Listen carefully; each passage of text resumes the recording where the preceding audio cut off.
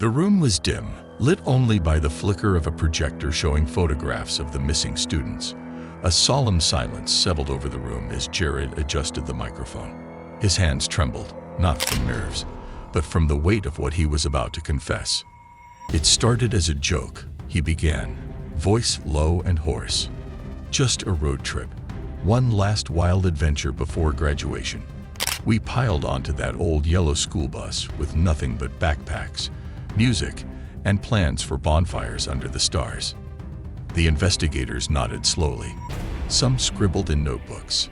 Others stared straight at him, waiting for the details that had been hidden for over 2 decades. Jared continued. We were headed to the coast, but somewhere along the way, the driver took a wrong turn.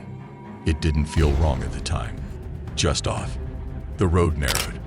The trees got taller. We didn't realize how far we'd gone until the bus broke down. He paused, eyes flicking toward a grainy image on the projector, an image of the bus, half swallowed by vines and rust, found deep in the Oregon forest earlier that month. We laughed about it at first, Jared said, voice catching. No one had a signal. We thought it was an adventure, but when night fell, it got cold fast. And then, they showed up. Who? An investigator asked, leaning forward. People. A group of them, dressed in hand-stitched robes. They didn't speak at first, just motioned for us to follow. We didn't know what else to do. The bus wouldn't move, and none of us knew how to fix it. So we followed. The room grew stiller. Jared's voice lowered. They led us to a clearing with cabins. A commune, they called it. Peaceful. Sanctuary, one of them said. They gave us food. Beds. They told us we could rest. That we were safe. He hesitated. And at first, we believed them. The air in the room thickened as Jared's face darkened. But then things changed. Slowly at first. They told us we couldn't talk about the outside world. That it didn't matter anymore. That we were being cleansed. A murmur rippled through the room. Jared gripped the table in front of him. They made us forget who we were, gave us new names. They said we had to let go of everything. Our memories, our families, even our real birthdays. And the food, it tasted strange. We thought it was just herbs, but it dulled us, made us slow, drowsy. He looked around, locking eyes with each investigator. Then the dreams began. Vivid, terrifying. Every night, people in the woods, faces we didn't recognize, shadows watching us from the trees. Jared's voice dropped to a whisper. They started controlling our sleep. Schedules, alarms, no freedom. If someone refused, they were taken away. He wiped his face, swallowing hard. I saw it happen. I heard the screams. They took 3 of us into the forest one night, told us they were being reconditioned, but they never came back. Not ever. Silence gripped the room. They told us we were chosen, he said, that the world outside was gone, that this was the new beginning. But it wasn't. It was a prison. And those who disobeyed. His voice cracked. They were sacrificed. The word lingered, echoing like a ghost. I was 17, Jared said, quieter now. And I was the only one who got out. He looked down, unable to meet their eyes. I don't know how I did it. Maybe luck, maybe timing. But I ran. I ran until my legs gave out. Until I found a gas station and begged them to let me use the phone. I didn't tell anyone the full truth. I was scared. I thought, if I stayed quiet, maybe they'd forget me. Jared took a deep breath. But when I saw the bus was found, when I saw those names on the news again, I knew I couldn't hide anymore. Jared leaned back in his chair, eyes staring through the wall, as though replaying every moment in his head. When I came forward, the reactions were split, he said. Some people believed me. Others thought I was lying. A few even blamed me. The investigators didn't interrupt. They let him continue, knowing this part was just as important as the horror. The parents, Some of them wanted answers, and for them, my story made more sense than the silence they'd gotten for years. But others, they couldn't imagine their children becoming part of something so dark. They remembered bright smiles, soccer trophies, prom pictures.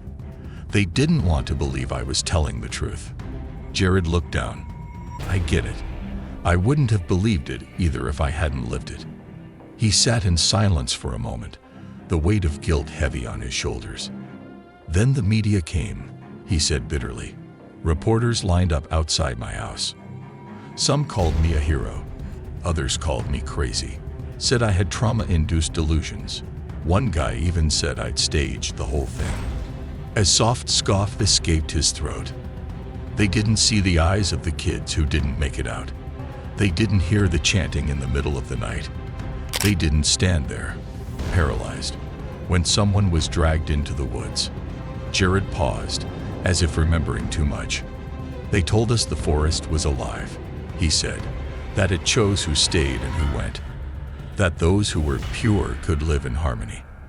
But if you questioned it, if you doubted anything, the forest would take you. One of the investigators finally spoke, and you never went back, never looked for the others. Jared shook his head slowly. No, I couldn't. I was too scared. I still am. I have dreams, even now. Sometimes I hear their voices calling my name. Other times, I see their faces, but they're different, hollow, changed. After his story went public, Jared was placed under protection. Not because he was a criminal, but because no one knew who else might still be out there. There were whispers that some members of the commune had integrated back into society. Others said they were still in the woods, waiting for another bus, another group of wanderers to join their world. But none of it could be proven. Months passed. Then, Jared published a memoir.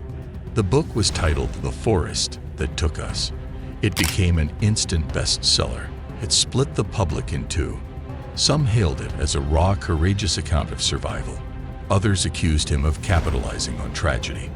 But Jared didn't care about the fame. He just wanted someone, anyone, to listen. In the final chapter of his book, Jared wrote, I don't want forgiveness. I don't even want to be understood. I just want the world to know that we were there, that it happened, that the forest remembers. Not long after the book's release, Jared did something unexpected. He returned to Forest Grove, not to speak, not for press, but to visit the memorial site outside the high school. He went alone. The grounds were quiet. The trees surrounding the field swayed gently, almost as if breathing. In the center stood a polished stone slab. Etched into it were the names of all 27 students who had disappeared in 1999. The air around the stone was thick with unspoken grief. Jared knelt down and opened his jacket. From inside, he pulled out a weathered, moldy yearbook, one of the few things he had salvaged all those years ago. He flipped through the brittle pages, stopping at the final one. There, tucked into the back, was a note he had written in ink barely legible with age. We tried to leave, only I made it. I'm sorry. He placed it gently beneath the cover, where no one would find it unless they were truly looking. And then he stood, took one long last look at the names, and walked away. No cameras, no reporters, no applause, just silence. Some say Jared never told the whole truth, that there were things he left out, things too terrifying to repeat. Others believe he was only scratching the surface of a much older, more sinister force that lurked in the woods of Oregon. But one thing is certain.